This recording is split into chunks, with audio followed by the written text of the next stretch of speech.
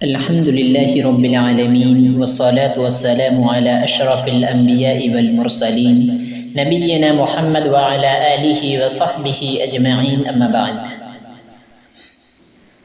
پچھلے درس میں تشہد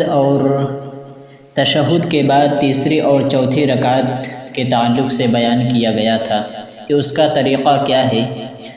آج کے اس درس میں آخری تشہد کے متعلق اور سلام پھرنے کے بعد کی دعاؤں کے متعلق بتایا جائے گا۔ پہلے تشہد کے متعلق تفصیل سے میں نے بتایا تھا۔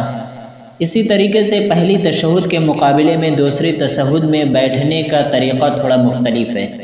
پہلے تشہد میں بیٹھنے کا طریقہ یہ ہے کہ نبی کریم صلی اللہ علیہ وسلم اپنے بائیں پیر پر بیٹھتے اور دائیں پیر کو کھڑا کر کے اس طریقے سے رکھتے کہ اس کی انگلیاں تمام قبلے کی جانب ہوا کرتی تھی، اور اسی طریقے سے آخری تشہد میں بیٹھنے کا طریقہ یہ ہے کہ اپنے زمین پر بیٹھا جائے، بائیں پیر کو دائیں جانب سے نکال کر تھوڑا قبلہ کی جانب موڑ دیا جائے اور داہنے پیر کو کھڑا رکھا جائے، جس طریقے سے پہلے تشہد میں رکھا جاتا ہے۔ جس طریقے سے پہلی تشہد میں بیٹھنے کا طریقہ ہے اسی طریقے سے داہنے پیر کو رکھا جائے گا اور بائیں پیر کو دائیں کی جانب سے باہر نکال کر تھوڑا قبلے کی جانب موڑ کر رکھا جائے گا اور زمین پر بیٹھا جائے گا۔ یہ آخری تشہد کا طریقہ ہے۔ اور آخری تشہد میں سب سے پہلے تشہد یعنی التحیات پڑھنا، پھر اس کے بعد درود شریف، اور اس کے بعد جو دو دعائیں نبی کریم صلی اللہ علیہ وسلم سے ثابت ہے اسے پڑھا جائے، یعنی اللہم انی ظلمت نفسی، اور اس کے بعد کی جو دعا اللہم انی اعوذ بک من عذاب القبر۔ اسی طریقے سے یہ پوری دعا کو پڑھنا ثابت ہے نبی کریم صلی اللہ علیہ وسلم سے اور صحابہ کرام کے عمل سے۔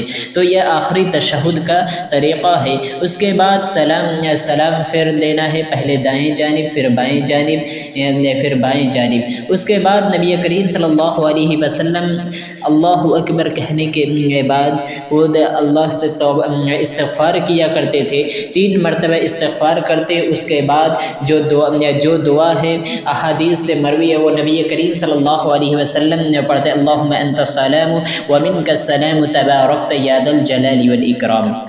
یہ نبی کریم صلی اللہ علیہ وسلم پڑھتے۔ اس کے بعد کئی دعائیں ہیں جو کہ نبی کریم صلی اللہ علیہ وسلم سے اور صحابہ کرام سے صحیح احادیث کے ذریعے سے یہ منقول ہے اور یہ ثابت ہے، تو لہٰذا یہ تشہد کے بعد سلام پھرنے کے بعد یہ دعائیں ہمیں پڑھنی چاہیے۔ اس کے بعد دعاؤں کے بعد نبی کریم صلی اللہ علیہ وسلم تسبیح پڑھا کرتے تھے، یعنی سبحان اللہ، الحمدللہ، اللہ اکبر، یہ 33 مرتبہ اور اللہ اکبر 34 مرتبہ، یا تینوں تسبیح 33 مرتبہ، اور اخیر میں لا الہ الا اللہ واشہد ان محمدا عبدہ ورسولہ، یہ اس طریقے سے پڑھتے تھے۔ اس کے بعد آیت الکرسی، پھر سورہ اخلاص، سورہ فلق، سورۃ الناس۔ یہ نبی کریم صلی اللہ علیہ وسلم کے نماز پڑھنے کا طریقہ تھا۔ اس طریقے سے نبی کریم صلی اللہ علیہ وسلم نماز پڑھا کرتے تھے۔ تو یہ پورے نبی کریم صلی اللہ علیہ وسلم کی نماز کا طریقہ ہو گیا، جو نبی کریم صلی اللہ علیہ وسلم کے نماز احادیث کے اندر مروی ہے، اور اسی طریقے سے صحابہ کرام سے جو صحیح احادیث سے مروی ہے وہ آپ کے سامنے میں نے پورے نماز کا طریقہ بتا دیا۔ لہٰذا ہمیں چاہیے کہ ہم اسی طریقے پر نماز پڑھیں، کیونکہ نبی کریم صلی اللہ علیہ وسلم نے فرمایا جس طریقے سے مجھے تم نماز پڑھتے ہوئے دیکھو اسی طریقے سے پڑھو۔ لہٰذا ہمیں چاہیے کہ ہم اسی طریقے کے مطابق نماز ادا کریں تاکہ ہم صحیح طریقے سے نماز ادا کر سکیں۔